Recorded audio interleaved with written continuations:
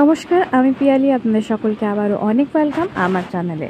আশা করি আপনারা সকলেই খুব ভালো আছেন, আমিও বেশ। তো আজ নিয়ে এসেছি আমি ঘুগনির একটা সিম্পল রেসিপি। তো চলুন দেখে নেওয়া যাক। এটা আমিষ ঘুগনি রান্না করছি আমরা। তো আপনারা যদি বলেন আমি নিরামিষ ঘুগনির আলাদাভাবে আবার দিয়ে দেবো একটা রেসিপি। তো চলুন স্টার্ট করা যাক। তো প্রথমে এখানে আমি ঘুগনির যে কড়াই সেটাকে সিটি মেরে রেখে দিয়েছি, সারা রাত ভিজিয়ে রেখে। আর এখানে আমি 4টে সিটি মেরেছি। এখানে নিয়েছি আদার পেস্ট, আলু এখানে কড়াইয়ের সঙ্গে সিটি মেরে নিয়েছিলাম। আর নিয়েছি পেঁয়াজ কুচি, টমেটো আর কিছুটা রসুন। তারপর আমি এখানে কড়াইতে নিয়ে নিচ্ছি সরষের তেল।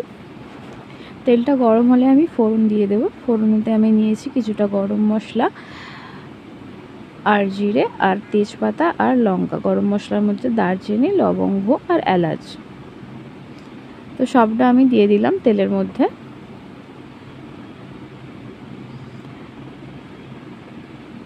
ফোড়নটা ভালো করে আমরা ভেজে নেব।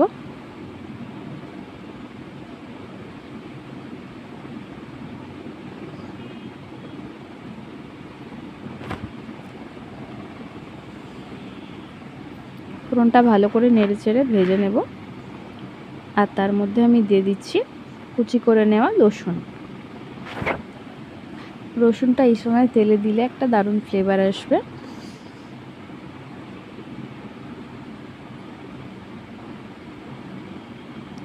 তো রসুনটাকে ভালো করে লাল লাল করে ভেজে নেব।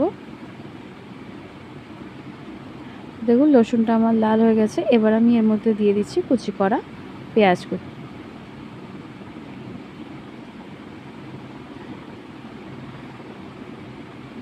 পেঁয়াজটাকে আমরা ভালো করে ভেজে নিচ্ছি।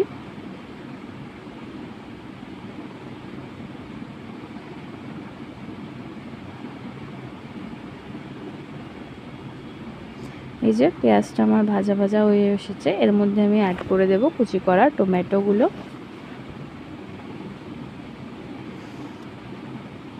ভালো করে এটাকে নেড়ে নেব টমেটোটা নরম হওয়া পর্যন্ত।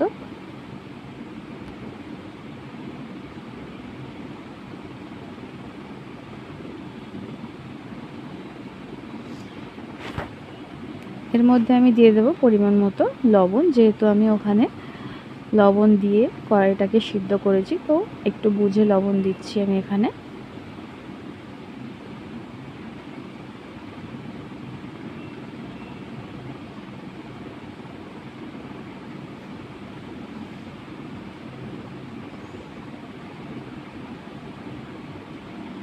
টমেটোটা নরম হয়ে গেছে। এবার আমি এর মধ্যে দিয়ে দিয়েছি আদার পেস্টটা। খুব সামান্য, খুব বেশি আদা আমি এখানে ইউজ করছি না। তার উপর দিয়ে দিচ্ছি হলুদ গুঁড়ো,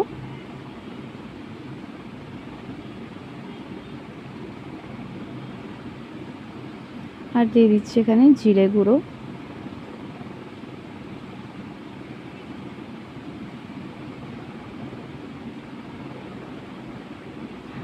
আর পরিমাণ মতো লঙ্কা গুঁড়ো।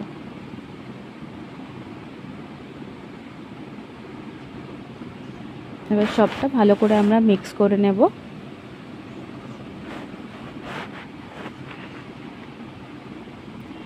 তারপরে আমি এর মধ্যে একটুখানি সামান্য পরিমাণে মিট মশলা ইউজ করছি। এই মিট মশলাটার জন্য দারুণ সুন্দর ফ্লেভার আসবে আর সুন্দর একটা খুশবু ছাড়বে। আর তার সঙ্গে টেক্সচারটাও একটু আলাদা ধরনের ঘুগনিটার হবে। তারপরে আমি এই সিদ্ধ করা আলুগুলো হাতে করে চিপে ওর মধ্যে দিয়ে দিচ্ছি। সমস্ত আলুগুলো এভাবেই আমি চিপে দিয়ে দিলাম।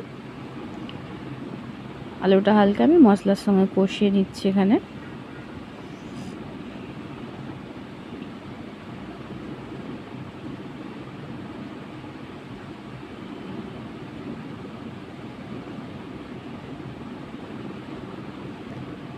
এবার ওপর থেকে দিয়ে দেবো কড়াইগুলো, সিদ্ধ করা কড়াইগুলো দিয়ে দিলাম।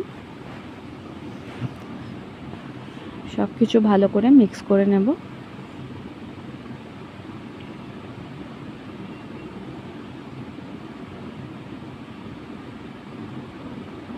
এখানে আমি কড়াইয়ে যে সিটি মেরেছিলাম যখন, তার জলটা রেখে দিয়েছিলাম, সেই জলটাই এর মধ্যে আমি অ্যাড করে দিলাম। তো এই যে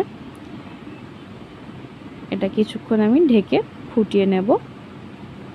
5 থেকে 7 মিনিট একটু ঢেকে ফুটিয়ে নেওয়ার পরে এই যে দেখুন আমার ঘুগনি তৈরি হয়ে গেছে একদম। চলুন সার্ভ করে দেওয়া যাক। আশা করছি আপনাদের ভালো লাগবে। ভালো লাগলে অবশ্যই একটা লাইক কমেন্ট করবেন।